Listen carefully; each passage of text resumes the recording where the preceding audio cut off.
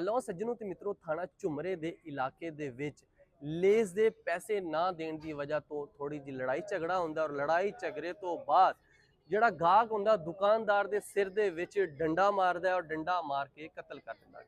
ਵਾਕਿਆ ਕਿਸ ਤਰ੍ਹਾਂ ਪੇਸ਼ ਆਂਦਾ ਹੈ? ਵਾਕਿਆ ਪੇਸ਼ ਆਂਦਾ ਹੈ ਥਾਣਾ ਚੱਕ ਝੁਮਰੇ ਦਾ ਇਲਾਕਾ ਹੈ। ਇੱਕ ਪਿੰਡ ਦੇ ਵਿੱਚ ਜਿੱਦਾਂ ਨਾਰਮਲ ਦੁਕਾਨਾਂ ਹੁੰਦੀਆਂ ਨੇ, ਪਿੰਡ ਦੇ ਵਿੱਚ ਦੁਕਾਨ ਸੀ, ਦੁਕਾਨ ਤੋਂ ਇੱਕ ਜਿਹੜਾ ਗਾਹਕ ਹੁੰਦਾ ਦੁਕਾਨ ਤੋਂ ਚੀਜ਼ ਲੈਣ ਜਾਂਦਾ ਹੈ ਜਨਾਬ, ਉੱਥੇ ਜਾ ਕੇ ਲੇਜ਼ ਲੈਂਦਾ ਹੈ। ਲੇਜ਼ ਲੈ ਕੇ ਉਹਨੂੰ ਕਹਿੰਦਾ ਹੈ ਕਿ ਲੇਜ਼ ਖਾਣ ਲੱਗ ਪੈਂਦਾ ਔਰ ਉਹਦੇ ਪੈਸੇ ਦੁਕਾਨਦਾਰ ਨੂੰ ਨਹੀਂ ਦਿੰਦਾ। ਦੁਕਾਨਦਾਰ ਕਹਿੰਦਾ ਹੈ ਉਹਦੇ ਪੈਸੇ ਦੇ, ਲੇਕਿਨ ਉਹਨੇ ਪੈਸੇ ਨਾ ਦੇਣ ਦੀ ਵਜ੍ਹਾ ਤੋਂ ਥੋੜੀ ਜਿਹੀ ਤਲਖ ਕਲਾਮੀ ਹੋਈ। ਤਲਖ ਕਲਾਮੀ ਤੋਂ ਬਾਅਦ ਗੱਲ ਇੱਥੇ ਤੱਕ ਵੱਧ ਜਾਂਦੀ ਹੈ ਕਿ ਇੱਕ ਦੂਜੇ ਨਾਲ ਲੜਾਈ ਝਗੜਾ ਹੁੰਦਾ ਹੈ ਔਰ ਜਿਹੜਾ ਗਾਹਕ ਹੁੰਦਾ ਹੈ, ਇੱਕ ਤੇ ਚੋਰੀ ਉਤੋਂ ਸੀਨਾ ਜ਼ੋਰੀ, ਜਿਹੜਾ ਗਾਹਕ ਹੁੰਦਾ ਜਨਾਬ ਉਹ ਡੰਡਾ ਫੜਦਾ ਮਾਰਦਾ ਉਹਦੇ ਸਿਰ ਦੇ ਵਿੱਚ ਤੇ ਜਨਾਬ ਉਹਦਾ ਸਿਰ ਕਾਫੀ ਜ਼ਿਆਦਾ ਪਾਟ ਜਾਂਦਾ ਹੈ।